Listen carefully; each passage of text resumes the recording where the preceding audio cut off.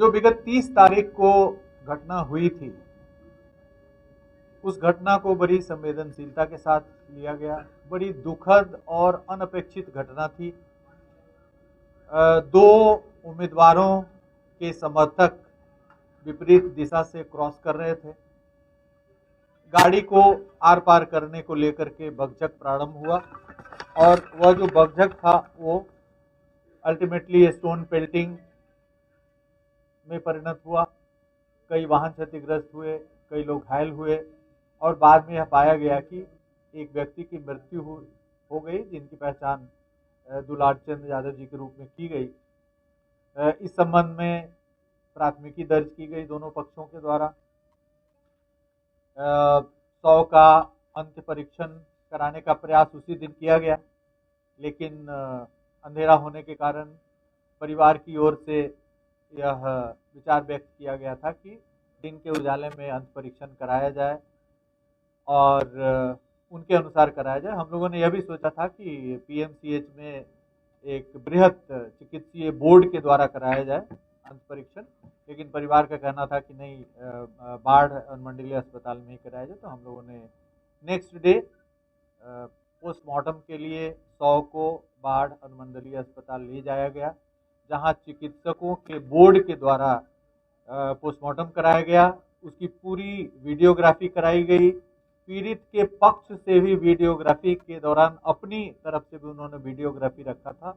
उनके द्वारा भी पूरे पोस्टमार्टम की प्रक्रिया का अवलोकन किया गया पीड़ित पक्ष के परिजनों के द्वारा। चिकित्सीय बोर्ड के द्वारा अंत परीक्षण प्रतिवेदन निर्गत किया गया। अंत परीक्षण बहुत ही महत्वपूर्ण इसमें था, क्योंकि ऐसा प्रतीत हो रहा था इंक्वेस्ट के दौरान कि पैर के एकदम निचले हिस्से में एक फायर आर्म का जख्म प्रतीत हो रहा था। अब वो फायर आर्म का जख्म है या नहीं है, ये पोस्टमार्टम से ही संपुष्ट होगा। उसके बाद बदन पे कुछ निशान दिख रहे थे, लेकिन अन्य कोई वैसा जख्म बदन पे नहीं दिख रहा था स्पष्टतः, जिससे हम कह सकें कि इसके कारण मृत्यु हुई है। इसलिए पोस्टमार्टम का जो इंतजार था वो था कि पोस्टमार्टम में क्या तथ्य आते हैं, उससे काफी सारी चीजें स्पष्ट होंगी। पोस्टमार्टम में यह स्पष्ट रूप से व्यक्त किया गया है कि पैर में जो गोली के प्रवेश जख्म और निकास जख्म है वो फायर आर्म से हैं, लेकिन उसके कारण मृत्यु नहीं हो सकती है। वह जख्म मृत्यु कारित करने के लिए पर्याप्त नहीं है।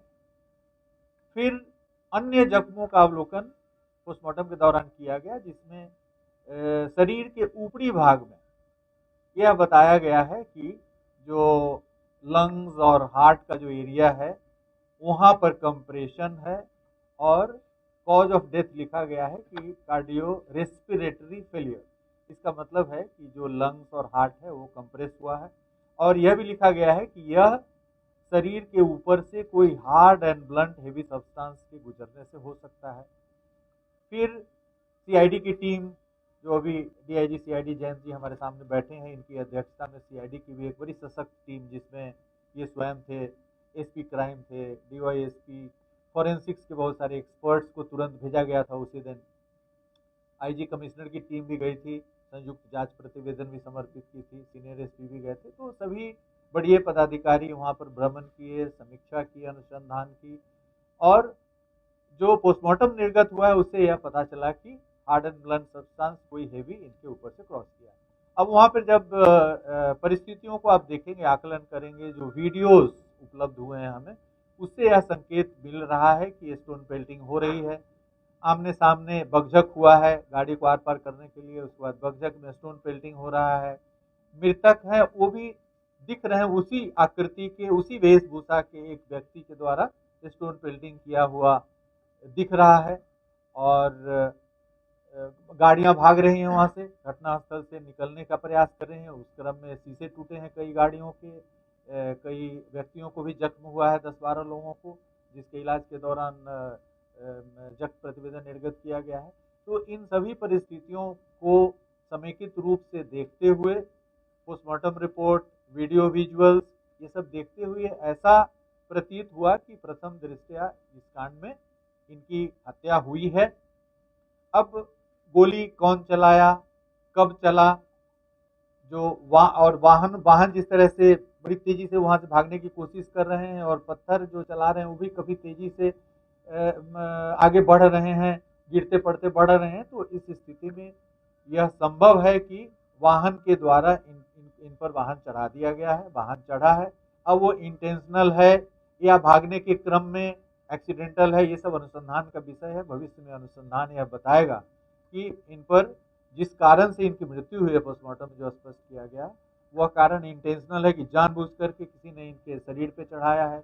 जो गोली चली है वो चूंकि पैर में लगा है और अन्य किसी संवेदनशील हिस्से में नहीं है, वहां पर प्रत्यक्षदर्शी गवाहों की कमी नहीं है। आप देखेंगे वीडियोस में दिख रहा है कि दर्जनों दर्जनों लोग वहां पे प्रत्यक्षदर्शी साक्षी हैं। प्रत्यक्षदर्शी साक्षियों को चिन्हित किया जा रहा है, उनके बयान लिए जा रहे हैं। फॉरेंसिक की टीम घटना स्थल का पुनर्सृजन कर रही है। तो इन सभी बिंदुओं पर जो संकेत हमें मिले हैं उसके आधार पे और घटना स्थल पे जो अभियुक्त हैं, जो गिरफ्तार हुए हैं उम्मीदवार, उनकी उपस्थिति थी, उनके नेतृत्व में है उनका पूरा दल आगे बढ़ रहा था। जन सुराज का दल भी सामने से जो वहाँ के उम्मीदवार हैं उनके नेतृत्व में आ रहा था। तो दोनों तरफ से केस कांड प्रतिकांड दर्ज किया गया है।